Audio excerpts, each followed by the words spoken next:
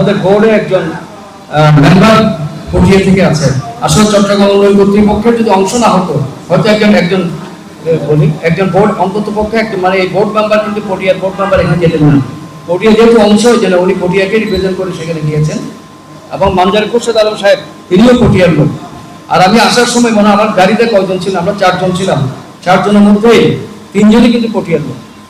এবং এখানে আরো একজন আছে আমার সিনিয়র যে জমির সাহেব, উনি তো পটিয়ার, ওনারা সবাই কিন্তু পটিয়ার লোক।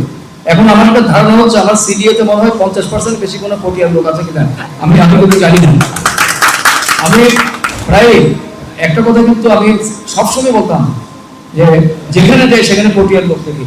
কারণ আমি ব্যাংকে যাই, বিভিন্ন প্রতিষ্ঠানে যাই, আমি বিদ্যুৎ উন্নয়ন বোর্ডে ছিলাম, সেখানেও কিন্তু প্রচুর পটিয়ার লোক আমার। এবং পটিয়াকে বলা যায় চট্টগ্রামের একটি বাতিঘর, কারণ পটিয়ার থেকে অনেক অনেক মহাপুরুষ, অনেক অনেক ব্যক্তিত্ব সারা বাংলাদেশে এবং বিশ্বে আলো ছড়িয়েছেন পটিয়ার থেকে।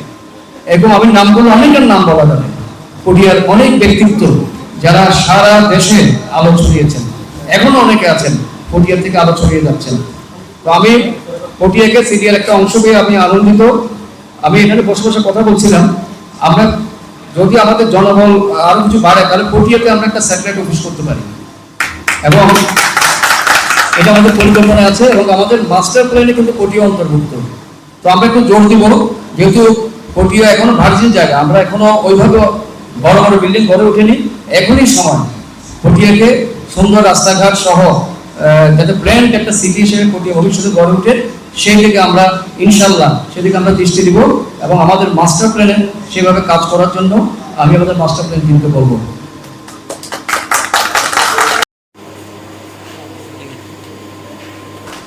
এখন আমি আপনাদের এই সমিতি সংক্রান্ত বিষয় বলি। আপনাদের এটা একটা খুবই গুরুত্বপূর্ণ সমিতি, কিন্তু মনে হতে পারে একটা ছোট সমিতি, এটা কিন্তু ছোট কিছু নয়, এটা গুরুত্বপূর্ণ ওই কারণে আপনারা কিন্তু উৎপাদক বা ম্যানুফ্যাকচারার এবং ব্যবহারকারী বা কনজিউমারের মধ্যে আপনার একটা পাইপলাইন, আপনার একটা পাইপলাইন হিসেবে কাজ করছেন।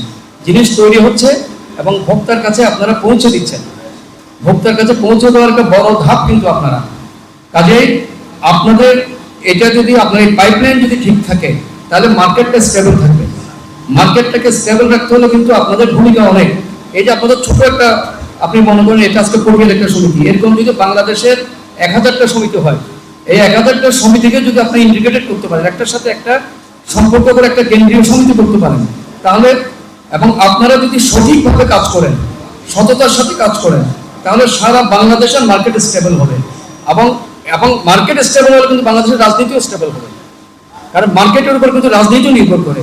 এই যে আপনারা একটা ছোট পদক্ষেপ দিলেন, এটাকে যদি সম্মিলিতভাবে একটা বৃহৎ পদক্ষেপে যদি আপনারা তৈরি করতে পারেন, তাহলে দেখবেন যে এটার এফেক্ট কিন্তু অনেক বড়, অনেক অনেক বড়, যেটাকে বাটারফ্লাই এফেক্ট বলে। ছোট একটা জিনিস থেকে অনেক বড় জিনিস সৃষ্টি হতে পারে, আপনি অনেক বড় কিছু সৃষ্টি করতে পারেন। যেটা আমাদের মানজার খুরশেদ সাহেব বললেন, আপনারা হারিয়ে যাবেন না। কিন্তু যেটা হয়, আমরা বড় করে শুরু করি, পরে কিন্তু নিজেদের মধ্যে একটা দলাদলি শুরু হয়। এই দলাদলি শুরু হয়ে দেখা যায় এই প্রতিষ্ঠানগুলো কাজ করতে পারবে না। আপনারা সততার সাথে সম্মিলিতভাবে কাজ করবেন, আপনাদের পটিয়ার অনেক মানুষজন আছে, আপনাদের সহায়তা করতে পারবে, আপনারা এগিয়ে যেতে পারবেন এবং সারা দেশে আপনারা কন্ট্রিবিউট করতে পারবেন।